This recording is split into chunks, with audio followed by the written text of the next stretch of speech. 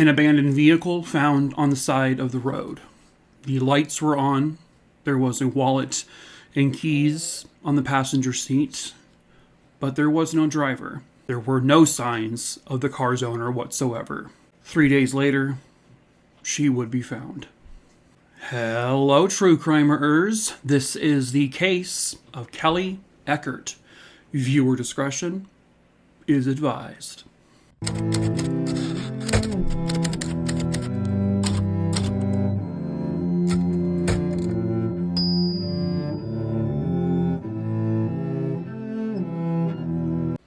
Kelly Nicole Eckart was born on May 3rd, 1979, and she lived in Beech Grove, Indiana. I, of course, don't have a lot of information on her. I'm noticing that a lot lately. But what I could find was that she graduated from Triton Central High School. While she was at high school, she was a member of the National Honor Society.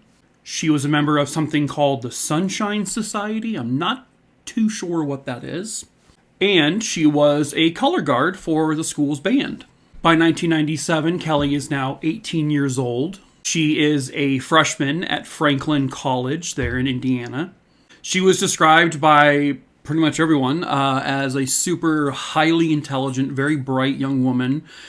She definitely had a very good future on her horizon. She was absolutely a go-getter. She would do anything she strived to do. She was also just a really caring, loving individual. And it was very rare when you didn't see her with a smile on her face.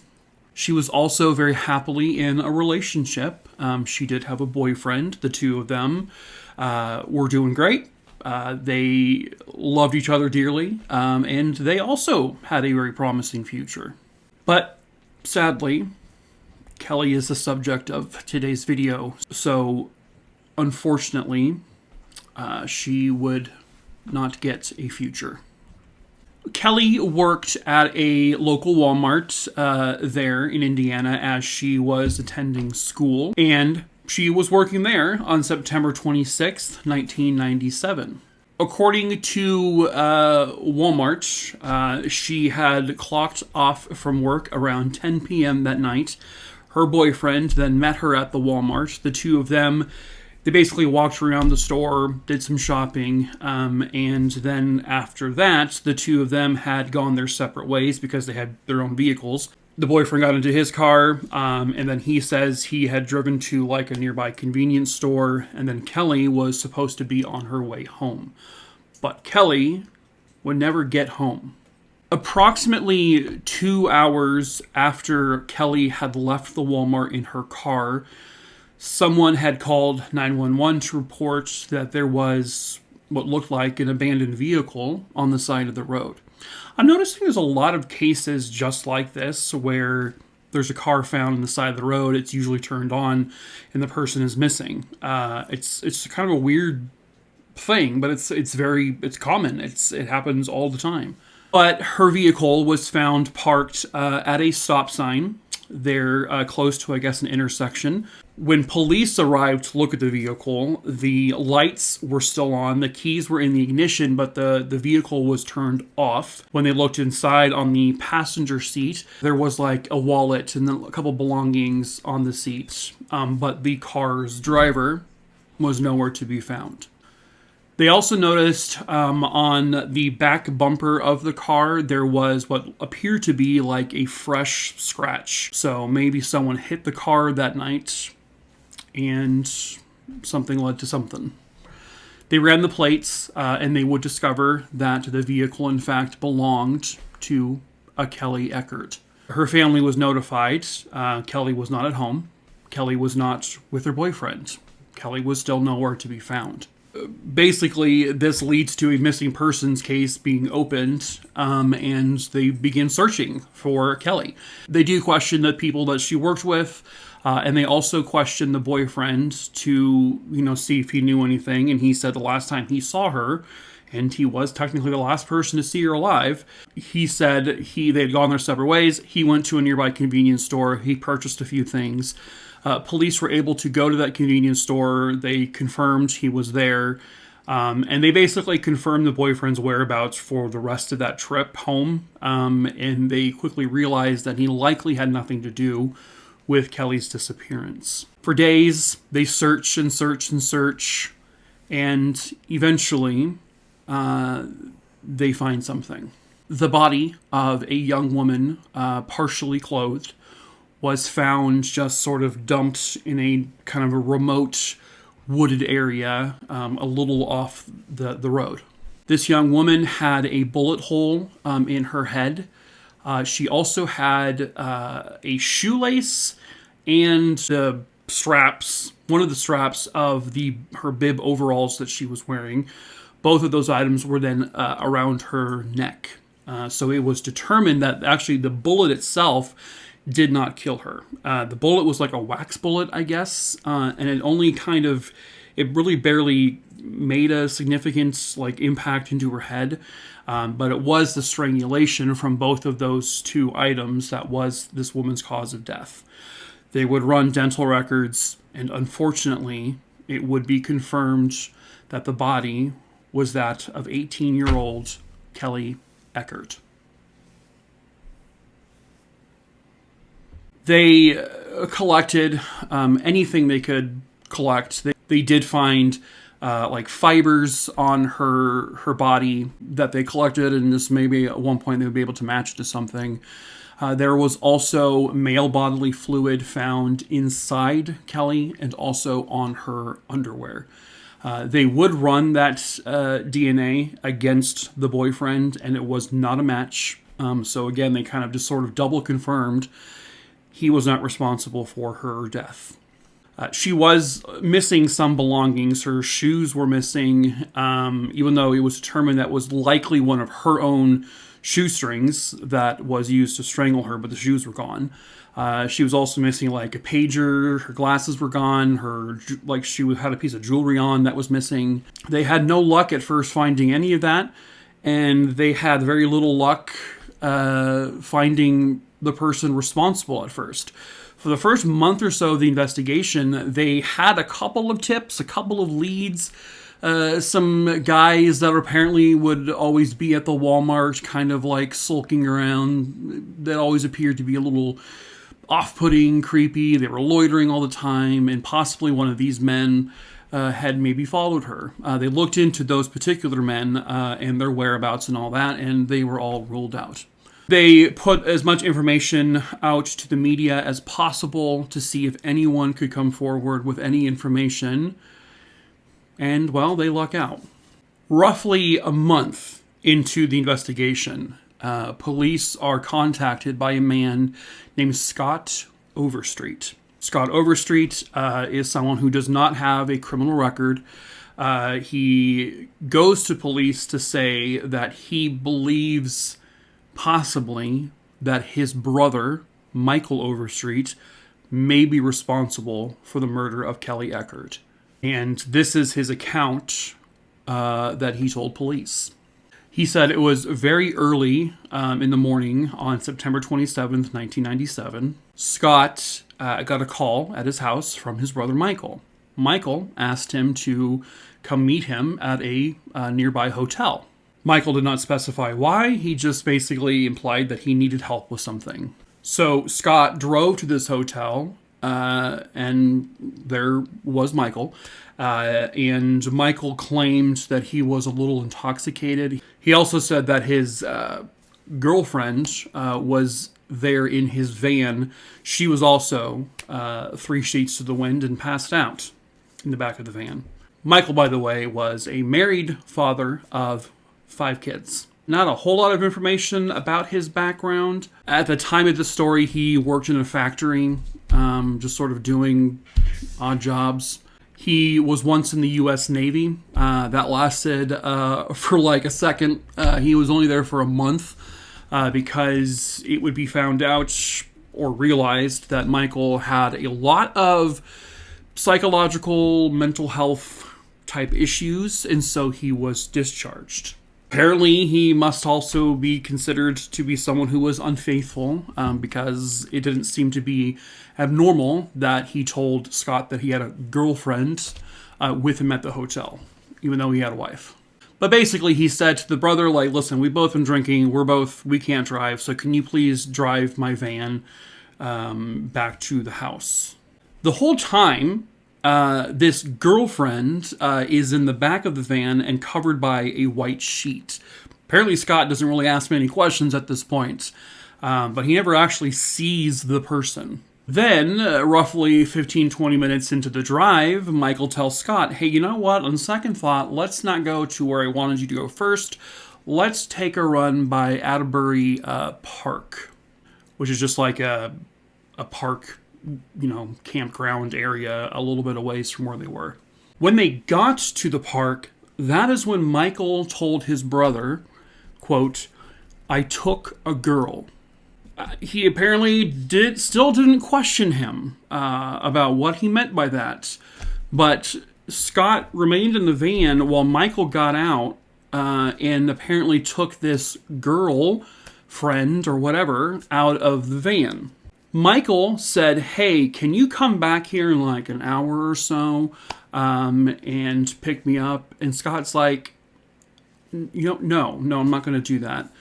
So then Michael was like, all right, well then will you go to my house and tell Melissa, his wife, can you tell her to come pick me up in like an hour and a half or so? And so I guess Scott agrees to do that. So Scott drives to Michael's house. He basically tells Melissa, this is what, Michael has asked me to do. And so she goes, okay. So she gets in the van, drives Scott back to the hotel to pick up his vehicle, and then he just goes home. And then Melissa, she drives to the Camp Atterbury Park where Michael is supposedly at. While she's driving, she notices in the back of the van some like shell casings just rolling around the back. She also notices a can of mace just sort of rolling around in the back of the van, something she has never seen in the van before. She got to the destination where Michael was supposed to be sometime around 3:30 in the morning. She said that Michael appeared to be really sweaty. He was dirty. He just looked very unkempt. His shirt was unbuttoned. She asked him, what the hell are you doing out here so late? Why are we here? And he just said to her, if anyone asks you where I was, you just say that I was out drinking with friends. And then a couple of days later, Melissa drives Michael to a car wash in the van. He said, by the way, this is very unusual to her because she said that Michael literally never cleaned the van, inside or out. This was an old, just like junky, beat up van. It was always a mess. So this was very unusual for her. She still hasn't really questioned anything, apparently. And I guess she says he only cleans a very specific part of the van. Which, again, was, I guess, concerning to her. But again, why? Ask him something. So now, fast forward to about a month or so after the murder, Scott is telling police all of this. Police also go to Melissa. They bring her in. She gives them the account of what she experienced that night. And she is, for the most part, forthcoming and truthful. Scott would take police to the area where he initially dropped Michael off, where Michael got out with this girlfriend, who, again, he never noticed if the person was alive or dead. They never heard a peep out of this person, though. So as police are searching the area, well, lo and behold, they find some items. They find several little pieces of things. They find a pager. They find a pair of glasses. They find a couple pieces of jewelry. All of these items would later be confirmed by Kelly's parents that they are her belongings. So now police have a connection with Kelly's items that were taken and placed in the exact same spots that Michael Overstreet was at with an unknown person covered in a sheet. They now can say with some probable cause that Michael Overstreet likely had Kelly Eckart that night. So, police, they get a warrant and they search Michael Overstreet's house. They also, when they get there, they do notice that his van is parked just there in the front of the house. The warrant also allows them to search the van. In the house, they find a closet with a white blanket folded up inside. They collect that blanket because it's similar to the blanket that Scott Overstreet had described and that Melissa had described. They also find several weapons, guns in Michael's house. They also collect several bullets from the house. The bullets they find are made basically of wax, and they are an exact match to the bullet that was found with Kelly Eckart. They had taken fibers off of Kelly Eckart's body and her clothing items because her overalls were found next to her body when she was discovered. They found fibers on those overalls. Those fibers were I don't want to say an exact match. They were a match to the white blanket that was found in Michael Overstreet's house. You can't say exact match because it's almost impossible to say they're the exact same one, but they were identical in terms of their appearance, shape, size, all of that under a microscope. As they say, microscopically, they were a match. They also, as they were basically kind of doing the whole tape thing and doing like pulling stuff off of the floor of his van, because he had like a green carpet. Oh, God, vans were so gross back then. A green carpet they pulled up with tape, and they found little tiny itty bitty fibers that were, again, a microscopic match to Kelly's overalls. They also take the Michael's van and they measure it from like the bumper down, and it's the exact same height as where the paint transfer damage was done on the back of Kelly's car. They don't find like any paint or anything on the bumper, but it's the exact same height. So his van realistically could have hit her vehicle.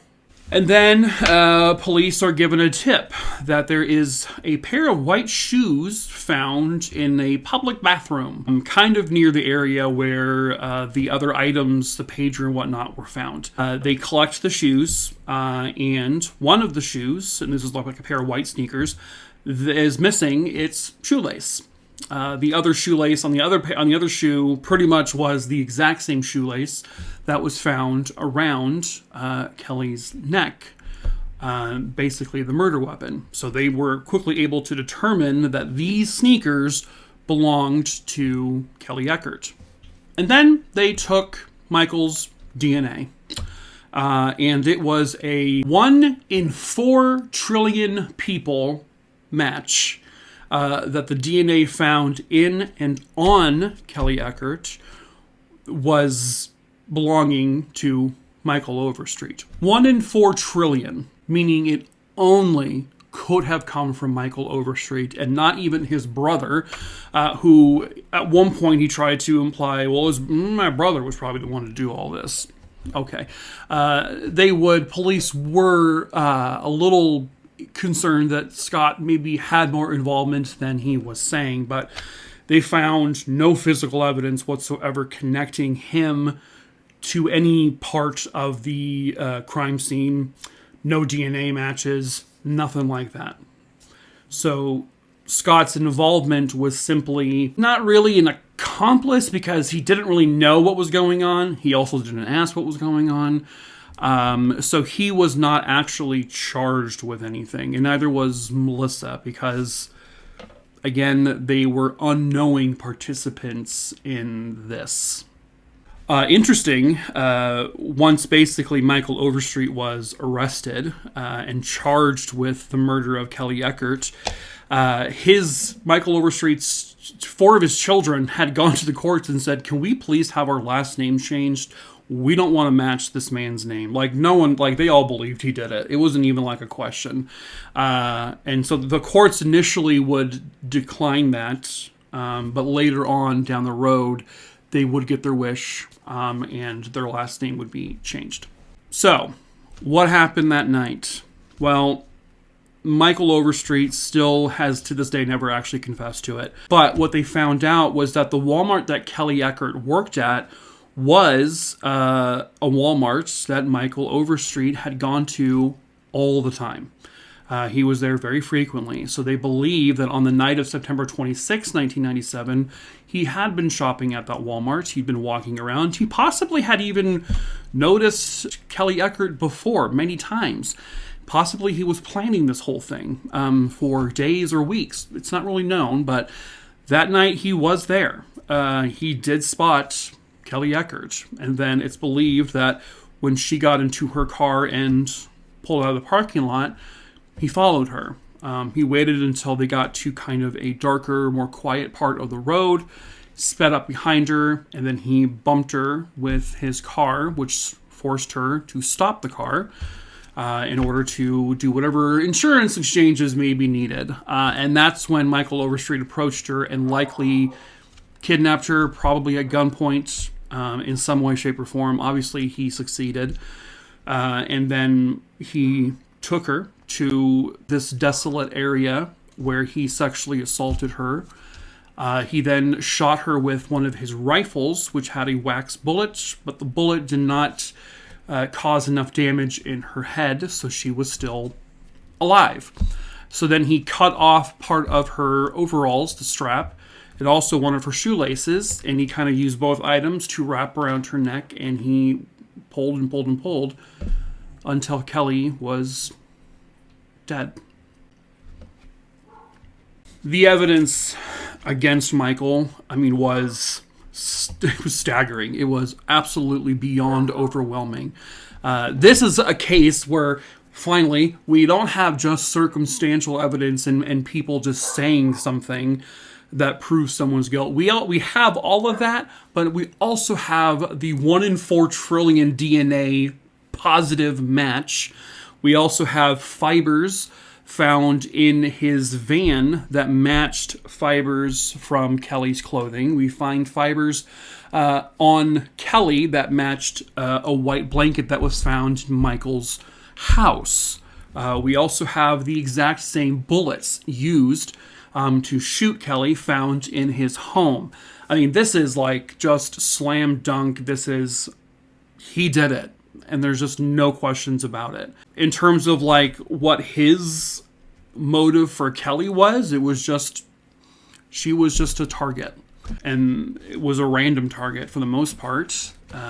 They do believe that had he not been caught, this likely would have been the first of probably many for Michael Overstreet. They believe that this guy was going to become a serial killer. And it's very, very good that, honestly, if Scott Overstreet did not come forward, because all of the evidence they got never would have matched anything unless they had and knew Michael Overstreet's possible involvement, and that was thanks due in part to his own brother ratting him out. Would they have eventually gotten to Michael? Maybe. He wasn't in the system with any DNA, so the DNA found in her never would have matched him unless he eventually down the road got in trouble for something. So it's fantastic that Scott came forward.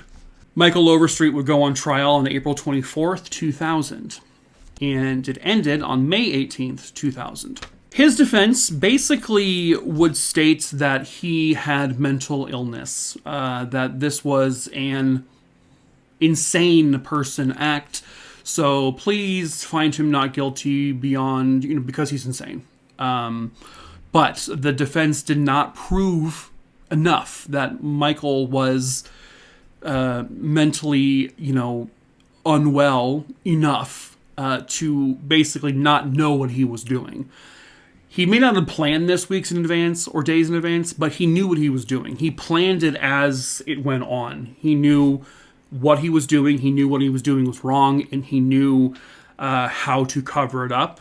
And that's the work of a person with their mind pretty much doing okay. So, the jury found Michael Overstreet guilty on all charges, which included murder, kidnapping, sexual assault, and this was a capital murder trial. The jury recommended the death sentence. The judge said, yeah, I agree. So he was sentenced to death. He was scheduled to be executed in 2008, but it never happened. You see, while they were not successful in using Michael's mental health issues as a defense, he would be evaluated by many psychiatrists after he was convicted. And apparently, they would prove, and the courts would agree, that Michael Overstreet was not mentally fit to be executed. His mental health, he couldn't legally, at that point, they were no longer allowed to execute him. But he, to this day, still remains on death row and is still sentenced to death. His conviction wasn't like switched to life in prison without parole. Basically, he will be evaluated over time. And if they feel at any point where he is now mentally capable, which is a weird thing to say, then they can still go forward with the execution. But until that day happens, he just sits there essentially with a life without parole sentence until they can determine he can be executed. It just sounds so weird to me. But you know what? He is exactly where he deserves to be. He is a monstrous piece of shit, and I hope he suffers in prison, to be quite honest with you. But thank goodness that brotherly love did not play a factor here. Thank goodness for Scott Overstreet coming forward with his suspicions. It's just so sad that a young woman with a bright future had to be snuffed out randomly, basically, simply because a man wasn't satisfied enough with having a wife and possibly other females on the side. But that is it for this case. I hope you found it interesting. As usual, if you have tripped, fallen, stumbled, rolled, and burned your way into this video, hi, I'm Mike. I tell true crime stories, obviously. I tell 4 of them a week here on YouTube. I do also tell 1 on Instagram, 1 on Facebook, and 1 on TikTok every week. I also go live a few times a week, either here on YouTube or on TikTok. So yeah, go ahead and subscribe, thumbs up or like the video. Or recommend me to your friends and family. I don't know, share the video, do what you gotta do. It's whatever. If you have a case you would like me to cover, please email me. The information is below in the description. Check my case list first, which is also in the description below, which is also in the link tree in the description below. Scroll through the list. You can also search it. If you're on a computer, hit Control F. Type the name. If you're on a phone, I believe if you hit the little 3 dots and then hit Find and Replace, and then type the name in, you should be able to find it pretty easy. If you don't see the name, then email me the name, where it happened, when it happened, and then I will eventually, I promise, add it to my list. If you do see the name, please do not email it to me. It's already there. I pick my cases at random as best as I can, so eventually it will be covered. I just don't know when. Next, if you would like to support me in any way, we do sell merch. We sell shirts, we sell hoodies, we sell a wine glass, stuff like that. Also in the link tree below, we do ship internationally. It's all made lovingly by my good friend Adam. He makes it himself, he ships it himself, he does it all. He's amazing. So, yeah. And lastly, if you have a Discord account and you want to join my Discord server, it's a very quiet, chill place. But you can if you're over the age of 18 in the link tree below. Yeah, so join that. Follow me on Facebook, Instagram, Twitter, TikTok. It's all, again, in the description, in the link tree below. Shut up, Mike. Okay. Today, we're going to end the video with a random dad joke pulled from the game Live, Laugh, Lose. Yeah, let's see what it is. This is going to make you laugh your faces off, I promise. Once I can pull it out. Sorry. Here we go. Whenever the cashier at the grocery store asks my dad if he would like the milk in a bag, he replies, "No, just leave it in the carton."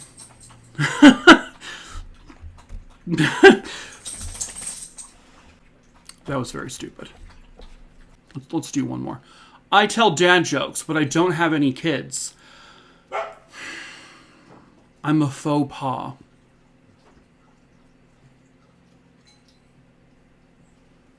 I'm a faux pas.